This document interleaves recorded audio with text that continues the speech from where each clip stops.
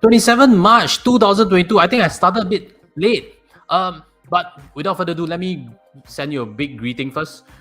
You know, inflation is coming fast, and knowing your finances have never been more important than ever. That's why today we'll be discussing on the whole COVID-19 relaxation rules and what companies, what businesses might profit, because if you invest there, you can definitely make yourself some tidy amounts of profits. I'll take your questions on stocks that you may be keen on. I'll also be sharing with you any concepts on personal finances that is relevant to today's main part, which is on the whole easing process from COVID-19 restrictions. You know, if you are owning any extra mask, I guess you should really start to dispose them or consume them quickly. If you're a business that has masks as inventory, I think they might become obsolete. So those are things that businesses should be holding on. We should be looking forward. What is opportunity from the landscape when we ease? Because now we're going to have travel. Now we're going to have less social distancing. Mask wearing is optional. These are big changes. In any case, if you own ART kits, I think also not a good idea to stock up too much. Leave your thoughts and comments. I'll be picking them up. Be the first to share a bit more on what you agree and disagree, because I'll be covering with you some broad topics. Then we'll run through to the top 3 for today. Now, I've been hearing a lot of buzz on the WhatsApp group chats myself. I don't know for you also. Because many of us have been trying to meet friends, correct? But, you know, when it's 5 or 8, when you have kids, cannot meet already. So with this relaxation of rules, with 10, I think we can start to meet. And myself, I'm planning gatherings also. And friends who are celebrating Hari Raya in May. Good news also, good time to visit and pay some respect to your relatives and stuff. But today's main part is what would benefit. And travel is a topic we'll be touching on a lot. I would like to share a bit more on my own thoughts on travel. Maybe June I'll be trying to travel somewhere. It's been a while. I don't know about you. Have you been to Malaysia or JB, even if VTL's open? Because City Square, even though is ravaged, there's like nothing much there left already from all the lack of traffic from Singaporeans. You know, our friends in the north area, Yishun, Woodlands, they would go there to buy stuff. They go there for a weekend. They go there to eat lok lok, which I haven't done yet. But all this would come back very soon, 1st of April. And my concern is if you are owning a shop in Woodlands and Yishun, that's a bit problematic. Or Sheng Siong, the one there, very likely you will see less traffic moving forward. Let me start by asking you a question. Do you think F&B businesses would benefit massively moving forward or not with all this easing up? Because there are a few listed companies in Singapore that own F&B businesses. The first one I can suggest is Jumbo Seafood. I remember someone on the main channel putting that comment that he bought Jumbo Seafood shares. Jumbo, as we know, is much better to eat there, right? You know, you have crab and stuff. You want to dine in. You want to bring older folks there to eat. You don't just tap out back. It doesn't taste that good. Wu Zhao Pai, no signboard, even though has ceased operations, but Jumbo is still around. Japan Food owns Ajisen Ramen. Ajisen Ramen is something I go quite frequently. Will they benefit or not? Any shareholders of F&B businesses, leave in the comment sections. Myself, I actually used to own an ice cream shop, and it was a big learning point for me. Because what I realized from that experience is that, you know, the biggest cost is rental. And right now with easing, there's no more rental rebates. F&B businesses bear the brunt of rent again. And as we know, as I started this discussion, inflation is coming. Inflation impacts due to oil. You have transport costs, correct? Which means all your food costs will start to go up. Oil also affects electricity. It's been known that some businesses have folded because electricity bills have doubled, which means everything they made in terms of profits have been wiped out. So to me, F&B business, it's concerning. You know, they should have long pivoted to owning delivery or partnering with GrabFood and stuff and be able to distribute.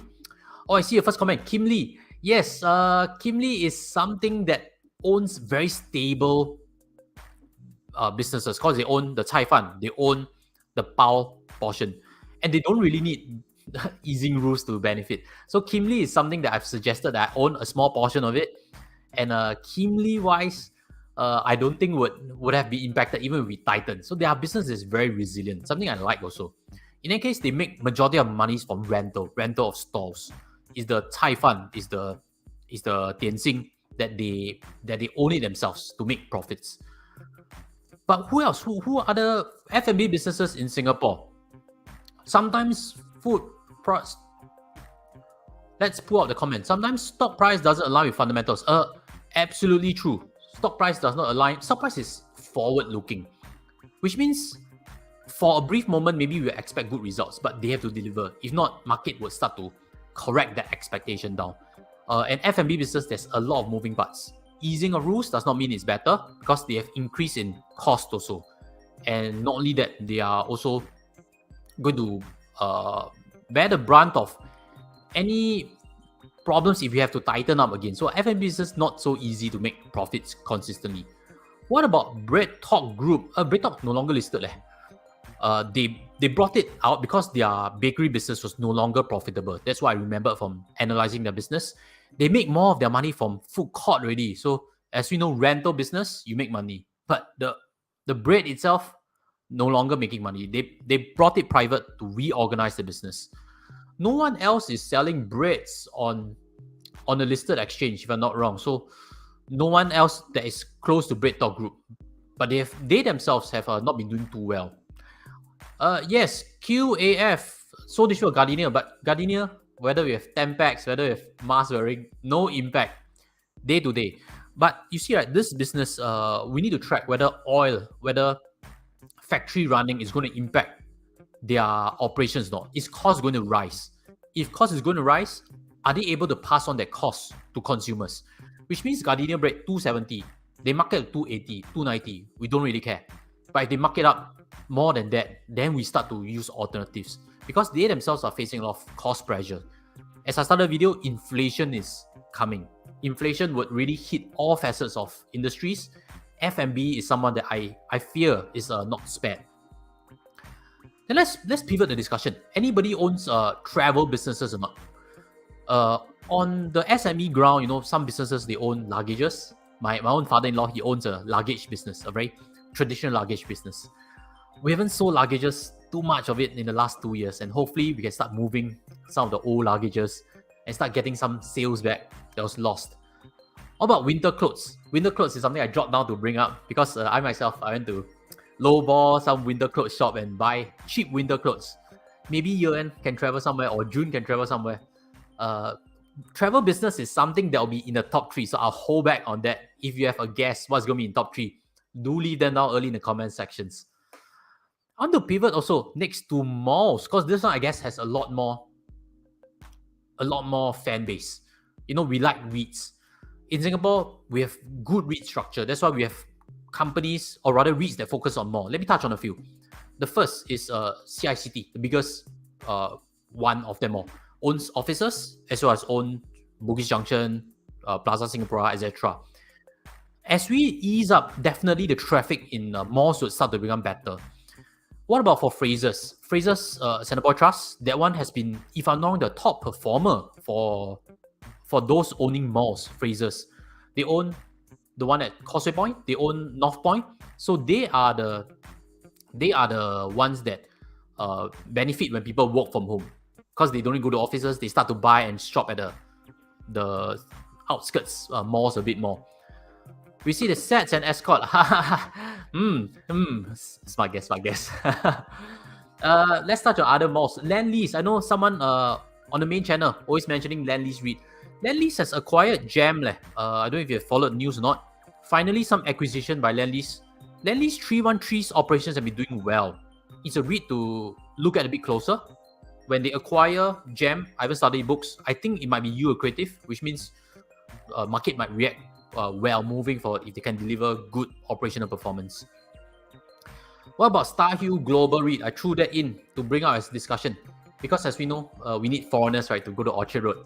Most Singaporeans don't go to Orchard Road to shop that much. But when foreigner traffic comes in, they own Ngee Ann City. So Star Hill Global REIT can be something that hopefully sees more traffic. Healthcare sector. Why would healthcare sector be benefiting? Unless you're thinking about Raffles Medical, who requires medical tourism. Then possibly yes. But just touch on Raffles Medical. You see, right, they have that COVID-19 swab test as a service. I think that will become obsolete really because moving forward, we may not need PCR tests to go overseas. As of now, still yes, but I think we'll ease off that very quickly. Which means these two companies, Raffles Medical and Q&M, who owns PCR testing, that expectation market is already filtering. That's why you see the share price has been a bit shaky for these two companies. Although their core business, which is in medical tourism and as well as dental for Q&M, is still intact. It's just that upside from PCR test is gone already. I think that will be gone permanently, which means we need to refocus on whether they are able to grow their core business or not. But malls, anybody with a favorite mall or not? I'm surprised not to see like some names being shouted out, because there are definitely fans for Fraser Centrepoint Trust, very rewarding, Lendlease and CICT. But without further ado, let me show you who I have just decided to throw in terms of top 3.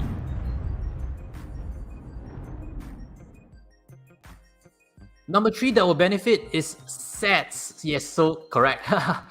I've been slamming SIA quite a lot. I always view their aeroplanes depreciation as a big problem. And not only that, I haven't looked at the latest books. I know SIA used to do fuel hedging. And when we did fuel hedging, they lost money on their hedges. So there was a lot of pressure to unhedge it. But now if you follow me in channel, you've been seeing me mention oil price is going to stay high. Even if it doesn't increase, it's going to stay high. So SIA, if they didn't hedge, lagi bad again. More revenue, more cost. Might make a bit more money, but I don't know whether SIA would benefit the most or not. Although share price wise is also increased. Oil-related stock will be good, but COVID-19 easing and oil-related stock, no correlation, but I do love oil-related stock quite a lot.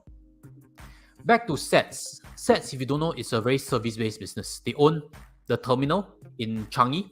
They are, if I know, the main person handling the cargo portion also. So when there's increased traffic, luggages, deliveries, SATS benefits. They are service business, which means they hire people to do the job. They don't have aeroplanes and big machinery. And with cruises also opening up, I believe SATS is a good company to look at. So the big question I have for you is, will SATS go back to $5 now? Right now it's $4.20. Any fans of SATS, if you're holding on, you have to believe it goes to $5. If not, you might as well cash out on this rally and move to something that's unexpected, which I have on the number 2 list. But SATS is also very closely linked to duty-free businesses in Changi, because they haven't seen much traffic. But those businesses are not listed, so they are private businesses. DFS, if now, is no longer listed already. So without further ado, let me show and bring up who could be number 2.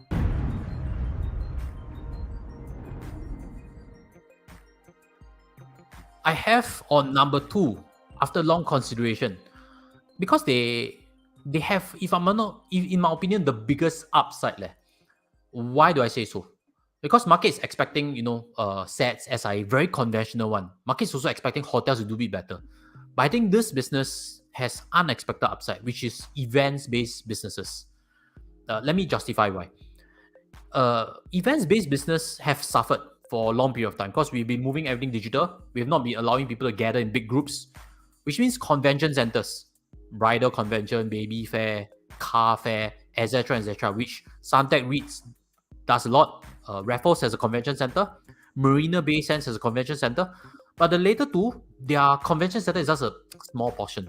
Suntec REIT's convention center is a bit more sizable as compared to the two of them, although they don't own 100% of it. It used to be a loss maker, but now, if we are going to ease faster than expected, or government starts to allow bigger conventions to take place, then you will start to see more traffic to Suntec REIT. And when more traffic, they don't only go to the convention center, correct? They will also go to the F&B outlets. So F&B, you start to see 100% occupancy, etc. So conventions part, I think there is big upside. Let's put up a question here. Prolonged sanctions on Russia, oil and gas higher. Yes, definitely. I believe oil will at least reach 150. Not related to this topic, but the consequence is what we're going to measure. Consequence to F&B, consequence to SIA, consequence to ComfortDelGro. But ComfortDelGro, people feel that there's more traveling to office. So ComfortDelGro seems to be doing well in terms of stock. But oil and gas does not impact our COVID-19 restriction rules that much. But it's something that I think is a good allocation moving forward for inflation. As always, if you are watching this on the recorded stream, leave your comments. I'll continue to pick them up Or if it's a question related to personal finance, let me know also in the comment sections. I want to touch back on the events business because this company, I've known them for a long while. I've looked at the books just only before starting the stream. The earnings is still not predictable. And this company is Kingsman Creative. Very small cap company. It's been around for a long time, but they suffered big downturn. Go and check out the share price, you kind of know, But again, this business, why it is been to losses? Because we can't have big contracts given to them. Will they start to do well? In a case, just to introduce you, they actually designed Nerf, which is the one at Marina Square. Nerf Experience. So they bought from Hasbro a license to create that Nerf Experience section, booth over there. And what they do in terms of business is they create convention centers, they create the experience, and they do a service. So the upside in terms of operational performance, I think it's not fully recognized yet. But again, the pace, that's where we are taking on certain risks. If I were very confident that events-based business will do well, I would put that as number one. But I think we might be ahead of the curve. Even though we are relaxing, the upside in terms of operations is still not confirmed. But I guess it's still underrated. Let's see. Some of the sectors already priced in assets. Of course, market has years on it. It's very creepy one. Before the announcement, you see sets has actually gone up before PM has actually announced. So there are years on the ground listening or guessing where the market is going already. But the question, if you are sets owner, is will it get to $5? It's not whether this 10% is the max. $5 used to be its peak. They have changed the CEO and stuff. They have been doing more in food. I don't know the latest numbers. But if you're a fan of sets, you have to track that business. Will they get to $5? That is the big question mark. So if you're a fan, you have to believe in that.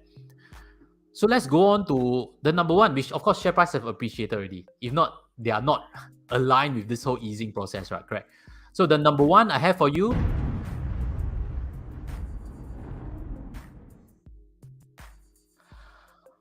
hospitality assets. Yes, Escort. Escort is something I love, but the business a lot is overseas. There's Europe, there's US. US brings in quite a bit. There's Australian hotels or service apartments.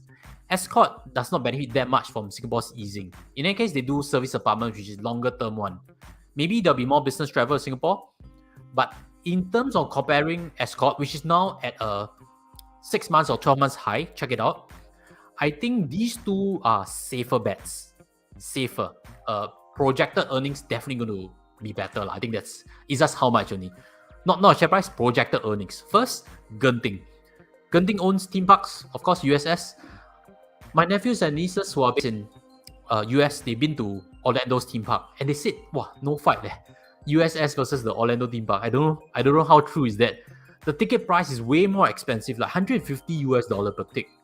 But it's really well done versus USS. USS, there's not much competition. If there's travel coming in, I guess foreigners will still love USS. They'll still love the casinos. They'll still love to go and check out what Sentosa has to offer. So that's why I think Genting Singapore is going to do better operationally. The casino will start moving and stuff. And as we know, Malaysians, they actually take bus to Singapore to gamble on. I don't even know or not. Which means there are portions of their business coming on Johor side, not the high rollers, the mass market one, coming on Johor side because they don't want to go up Genting, go up the hill. It's so much further. They rather come to Singapore to gamble. So again, there could be some traffic for Genting Singapore in terms of doing better operationally. And this other company also, CDL Hospitality Trust, who owns W Hotel. W Hotel is in Sentosa. I love it. It looks fantastic. And W Hotel also is recently acquired by CDL Hospitality Trust. I think they could do well because the bulk of their hotel assets are Singapore. They have a bit overseas, but the bulk is in Singapore. And when you get into a REIT like that, it's much easier to project their earnings growth than if you get into events-based business like Kingsman Creative, where they can swing profits and loss very drastically. Hey, Chiking, great fair. Grand Coptham is another asset that CDL Hospitality Trust owns. I think moving forward, we should expect hotel room rates to go up. I've been doing staycations. I can feel it already. My latest one at Pan Pacific was 400 plus per night. During the deeper lockdowns, it was only 300 plus. But right now, Pan Pac is at 400 plus already. I expect revenue per room to increase significantly for hotels. And Genting is one that can have a lot of room to stretch it up. So what are your thoughts? My top 3 again. Number 3, probably sets. Number 2, events-based business. Suntec REIT as a safer bet. Or maybe Kingsman Creative, you want to be more aggressive in that space. Safest, easiest to project in terms of operational upside. Hotels. The question is how much more can they surprise the market with? Genting or CDL Hospitality Trust? Let me know your thoughts. And as always, leave the questions ongoing. I'll still pick them up after this stream. So if that, I'll sign off. I'll see you in the next one. I'll try to do it on Saturday or Sunday, and I'll let you know in advance. Take care, and goodbye.